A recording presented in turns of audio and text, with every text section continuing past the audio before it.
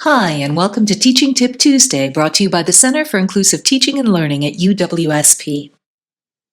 In the last two videos, we've discussed how the effect of elections on mental health impacts teaching and how to begin integrating election-related issues into your course. This week, CITL will provide some general ideas for assignments centered around election-related issues. Remember that all of your assignments should first align with your course learning outcomes. If you can support development of the knowledge, skills, and dispositions relevant to your course while centering the upcoming election, your efforts will also produce a more informed electorate, supporting the Wisconsin idea and UWSP's vision to be recognized for developing, supporting, and educating students and citizens to constructively engage in local, regional, and global communities. The following ideas should be taken as general suggestions about the kinds of things you might be able to do in your courses. Hopefully, they will spur your own creativity.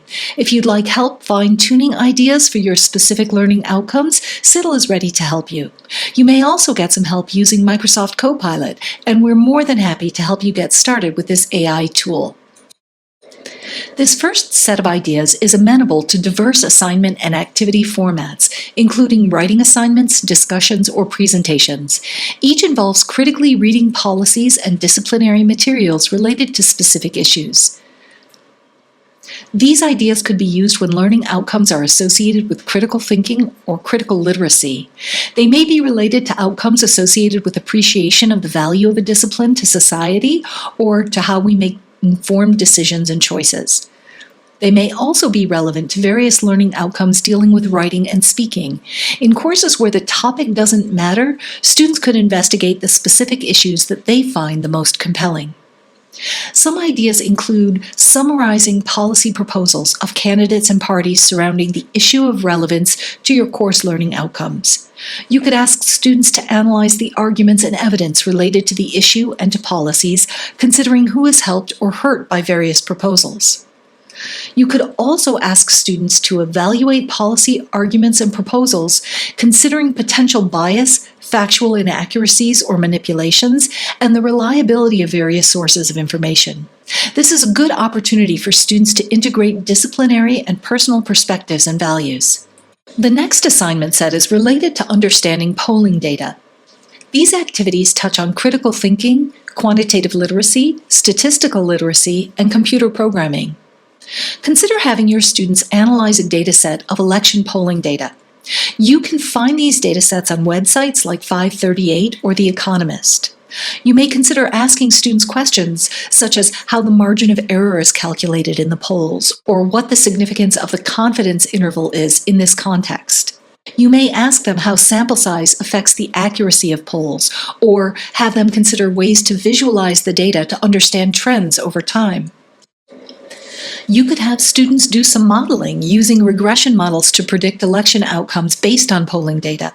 If your course uses software like R or Python, this might be a really good task. Students may need to consider what factors to include in their model and why, how to validate the accuracy of their model, and what the limitations of their model are. You might have students investigate the impact of different electoral systems on election outcomes. You can find information on websites like Fair Vote.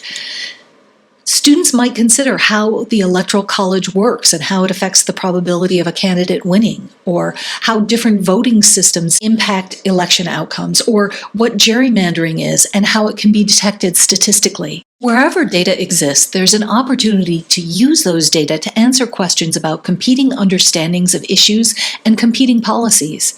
Having students investigate the data adds to quantitative literacy, ability to evaluate data, and critical thinking. There are several ideas of how you could incorporate this into assignments. One involves analyzing the state of the economy over the last 8 years. This could be connected to business and economics course learning outcomes, as well as those just mentioned. You could have students use data to compare the claims of different candidates or parties about the economy using qualitative and quantitative data. This might involve visiting the U.S. Bureau of Economic Analysis website to download GDP data over the past several years for analysis of the growth rate over this period. Students could identify the contributions of different economic sectors to the growth rate and how those have changed with changes in policy. Students might use the data from the U.S. Bureau of Labor Statistics to examine trends in unemployment. Using these data, they could evaluate claims made by candidates or parties about the economy under former President Trump versus President Biden. In written assignments or presentations that include visual representations of data such as graphs and charts to support their analysis. Another example is using data to investigate election fraud over the past 8 years in order to evaluate claims made by various parties or politicians. The Federal Election Commission website has election data. Students could analyze the data to identify any anomalies or patterns that might suggest fraudulent activities and discuss how these patterns have changed over time. The U.S. Department of Justice website has information on cases related to election fraud. Students could analyze these data to understand the common types of election fraud and how their prevalence has changed over time. In a report or presentation, students could summarize their findings and discuss the implication of various changes in the integrity of elections. You may want students to look at data from the ATF on gun ownership, or data from the Centers for Disease Control or the FBI looking at trends in gun violence. The key in these types of assignments is to identify credible sources of data that students can use to analyze themes, issues, and claims associated with the election. Finally, you might have interest in assignments that examine different perspectives on key election issues or policy proposals. These may touch on key competencies associated with critical thinking, global perspectives, and diversity.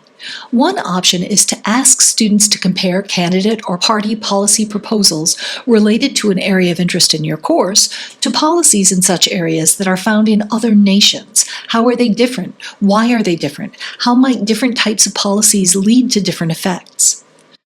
You might want students to explore how candidate or party proposals differentially impact various demographic constituencies and how those differences can affect the view of the proposed policy by those different constituencies. Lastly, you might try the question game. In this game, students pair up. One explains a political opinion or value that they hold, and the other asks constructive questions like, "What makes you say that? Why is this issue important to you? What people or experiences have influenced your belief? Can you say more about what you mean by whatever it was you said? Have you always felt this way? Why do you think this?" After about 5 minutes, the participants can switch roles. This exercise models active listening to understand rather than to answer. In your instructor debriefs, you can ask the students whether they noticed or experienced anything in their pairs and how it felt to share an opinion that they value in a non-judgmental context, or how it felt to just ask questions. Serving your learning outcomes using election-oriented assignments is easy. If you need extra help, reach out to CITL. And that's this week's teaching tip, brought to you by the Center for Inclusive Teaching and Learning at UWSP. At CITL, we offer support for course design, learning activities, assessment, and pedagogy. Visit our website to schedule a consultation today.